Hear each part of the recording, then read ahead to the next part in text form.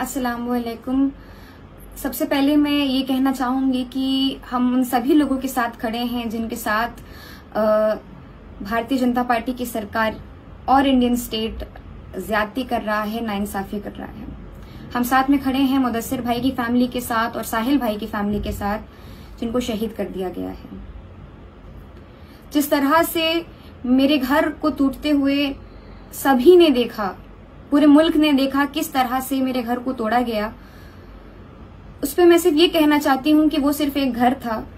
हम लोग फिर भी काफी प्रिविलेज्ड हैं।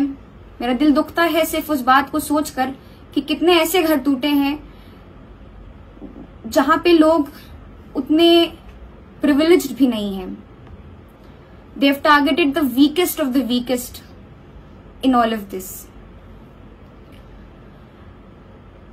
सबसे पहले मैं ये बताना चाहती हूं कि मेरे अब्बू जनाब जावेद मोहम्मद साहिब बिल्कुल निर्दोष हैं। उनको फंसाया गया है और उनको सजा दी जा रही है इस बात की कि वो एक वोकल मुस्लिम कम्युनिटी के मेंबर हैं इलाहाबाद शहर में।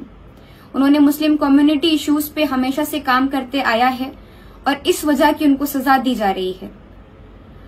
मेरी अम्मी और मेरी बहन को इल्लीगली डिटेन कर पुलिस ने, प्रशासन ने ये साफ साफ वाजे कर दिया है कि वो किसी भी स्तर तक गिर सकते हैं मुसलमानों को परेशान करने के लिए।